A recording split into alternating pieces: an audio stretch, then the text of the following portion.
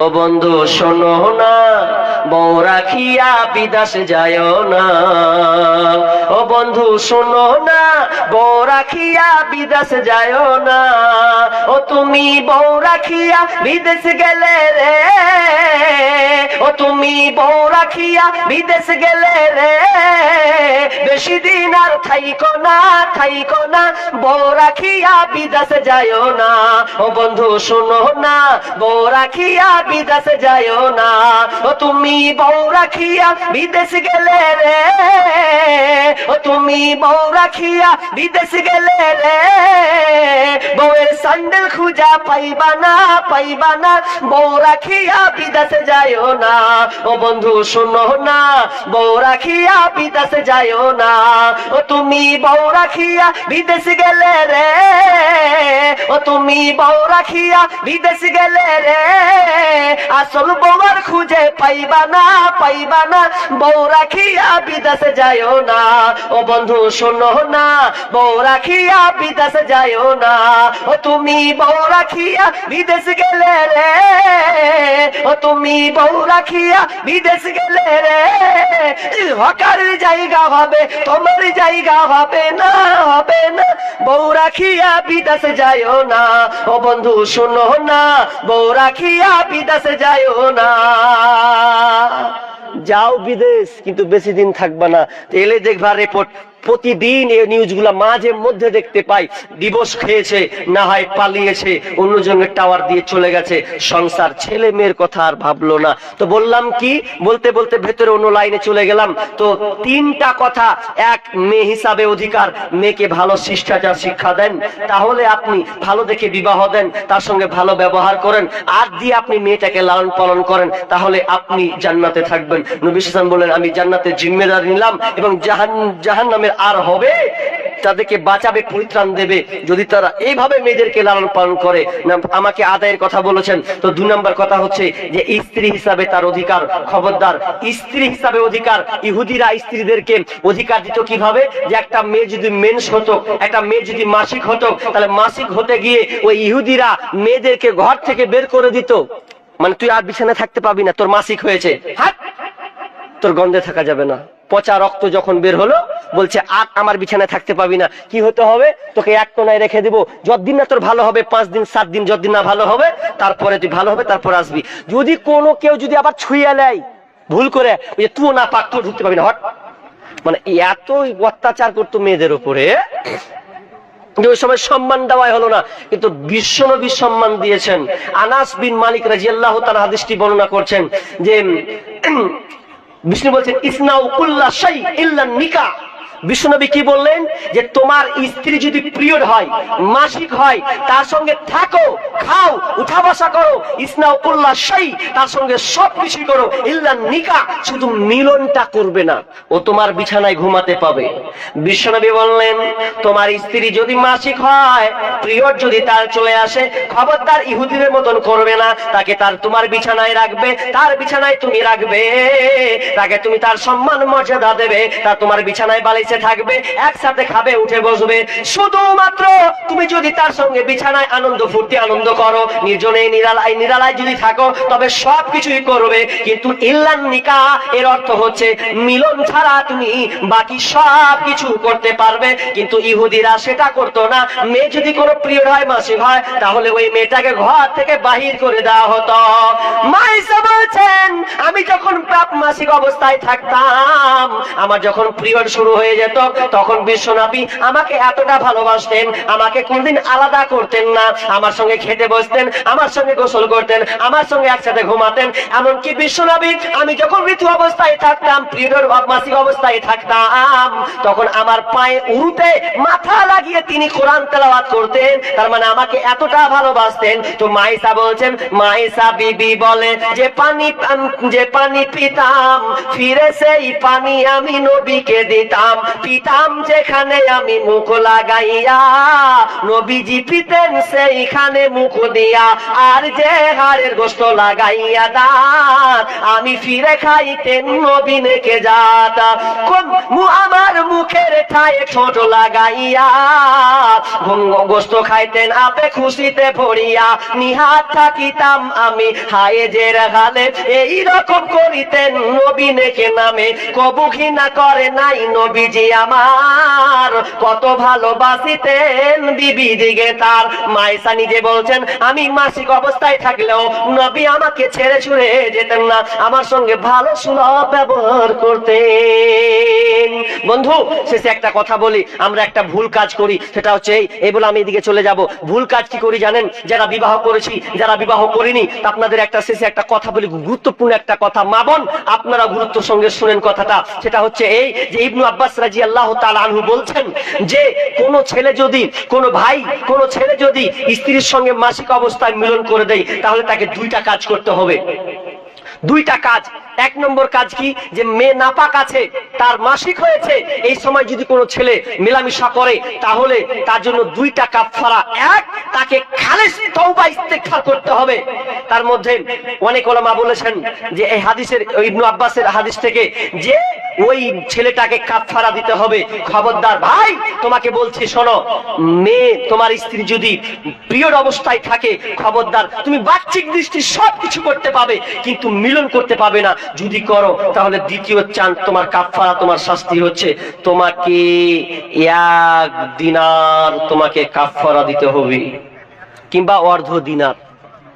1 দিনার সমান কত টাকা গুনেছো তুমি? ক টাকা 1 দিনার সমান?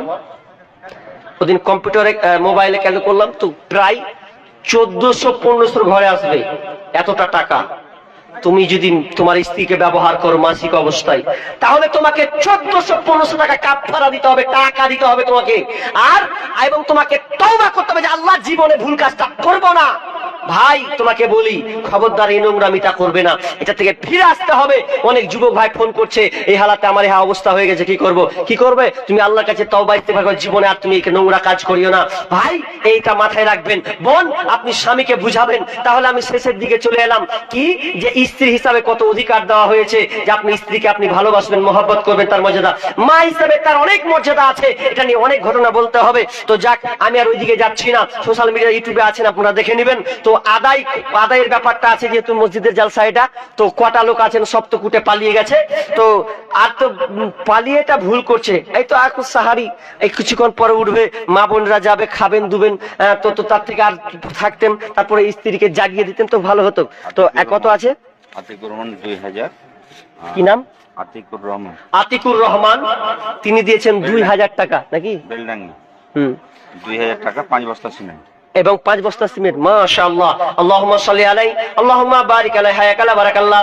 আল্লাহ 2000 টাকা দিয়েছেন, তার সাথে 5 বস্তা সিমেন্ট। আল্লাহ তুমি রাত গভীরে আগে দান হয়েছে, আল্লাহ আমার হাতে দান দিয়েছেন, আল্লাহ তুমি দানকে আল্লাহ তুমি কবুল করে নাও। আল্লাহ রুজি রোজগারে বরকত দাও। মাহাতাব আলী আগে 500 দিয়েছিল, এখন 1000। কি নাম? মাহাতাব আলী মাহতাব, তিনি আগে 500 দিয়েছিলেন, এখন 1000 টাকা দিয়েছেন।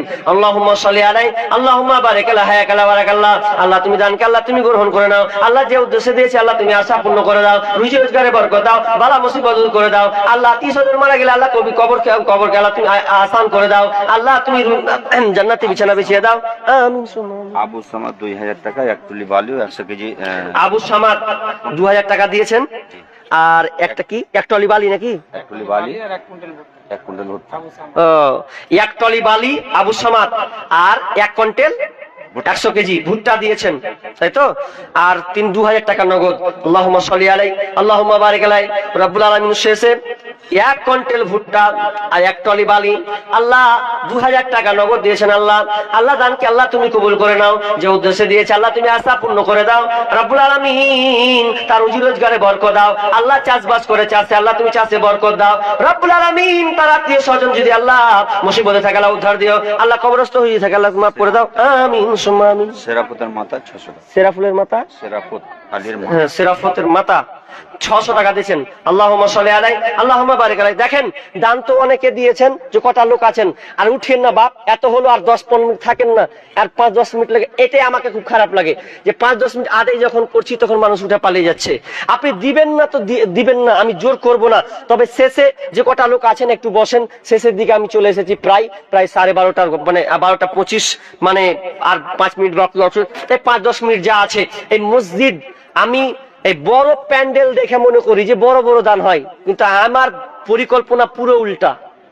আমি যত ছোট ছোট প্রোগ্রাম গুলা করলাম, তো ছোট ছোট প্রোগ্রাম ভাবছি হয়তো আদায় হবে না, আচ্ছা। মানে বড় প্রোগ্রামে বলতে হয় দেন বাপ, যদি ওখানে বলতে হয় না, হুর হুর হুর করে দান। কত দুদিন কালকে যেমন ফারাক্কার দিকে করলাম, ফারাক্কার দিকে তো ছোট্ট করে এগুলো কোনো কিছু নাই, কিছু টাকা নাই, ছোট্ট করে একটা করে দিয়েছে আর চকি পেরে দিয়েছে। আর কটা লোক, বেশি লোক নয়, এই আপনার যে কটা বসে আছেন এর থেকে 10-20টা বেশি হবে। এই লোক কোটি বসা আছে, আমি যে কি বা দিবে ওরা দাম, তো দেখছি ওরে সুবহানাল্লাহ, ওই ছোট মজলিসে উঠলো 1,58,000 টাকা নগদ আমার হাতে। আশ্চর্য হয়ে গেল। তাহলে তারা কত কত কত আছে? 2500 টাকা কে দিলে? তো নজরুল ইসলাম। কই আপনি 2500 টাকা শেষ বিদায়ে সবাইকে তো 4,000-5,000 করে দিলেন, তো আমাকে একটা কেউ 5,000 একটা কলম দেন না আল্লাহর রাস্তে। মানে লোক তো নেই, দিবের মতো দেওয়ার মতন নাই, তো দিলে হয়তো আপনি পারবেন, তাছাড়া আর কেউ পারবে না। 2500 যখন পেরেছেন, তো আল্লাহর রাস্তে যদি শেষ, আর তো আবদার কেউ পাবই না, তো আপনি যদি আমার আবদারটা পূরণ করতেন ইনশাআল্লাহ একদিন দিয়ে দিবেন। 3,000 টাকা নগদ করব, আর 1 কুইন্টাল ভুট্টা। আল্লাহুম্মা সাল্লি আলাইহি, হ্যাঁ 5,000 হয়ে যাবে নাকি? হয়ে যাবে। তো যা 3,000 টাকা দিয়েছেন, আল্লাহুম্মা সাল্লি আলাই আল্লাহুম্মা বারিক লাহা হায়াকাল্লাহ বারাকাল্লাহ। আল্লাহ তুমি দান কাল্লাহ তুমি কবুল করে নাও। কি ভাই 2 বস্তা সিমেন্ট লাগাবো, কি নাম? হ্যাঁ মাহবুল, হ্যাঁ মাহবুব আলম। দেখো 2 বস্তা সিমেন্ট লিখে দেন, লিখে দেন। এই যে দিদি 2 বস্তা সিমেন্ট গুলো লিখে দেন, আর 200 টাকা দিয়েছেন। ভাই আপনারা যদি মনে করেন যে 1 বস্তা করে সিমেন্ট গুলো দেবো, ইনশাআল্লাহ লাস্টে 2-1টা গাজাল শোনাবো, থাকেন বসেন। মা বোনরা ওখানে দাঁড়ায়েন না, পারলে সাইডে থাকেন, বাড়ি পালান, দুটার মধ্যে একটা করেন, সাইডে থাকেন নাহলে পালান। আর যে কটা আছেন আল্লাহর রাস্তে বলছি, সেরাফত আলী 400 টাকা নগদ 50 কেজি। কি নাম? সেরাফত 400 টাকা নগদ আর নগদ। তো 100 টাকাটা চাইতে পারলেন না গো? মাহবুব আলী। 400 টাকা কই কই? 100 টাকা হবে না? 100 টাকা, 100 টাকা দেন আল্লাহর রাস্তে। আর কি ভুট্টা লেখার জন্য? কি ধান কটি? 50 কিলো।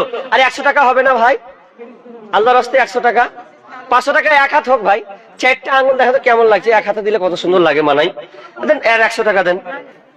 যেতে হবে খালি হাতে, যেতে হবে খালি হাতে, সঙ্গে কিছুই যাবে না। 3.5 হাত জায়গা পাবি, পাবি না রে বিছানা। 3.5 হাত জায়গা পাবি, পাবি না রে বিছানা। যেতে হবে খালি হাতে, যেতে হবে খালি হাতে, সঙ্গে কিছুই যাবে না। 3.5 হাত জায়গা পাবি, পাবি না রে বিছানা। 3.5 হাত জায়গা পাবি, পাবি না রে বিছানা। আজকে তুমি যাদের লাগি শুধুই পাগল পারা,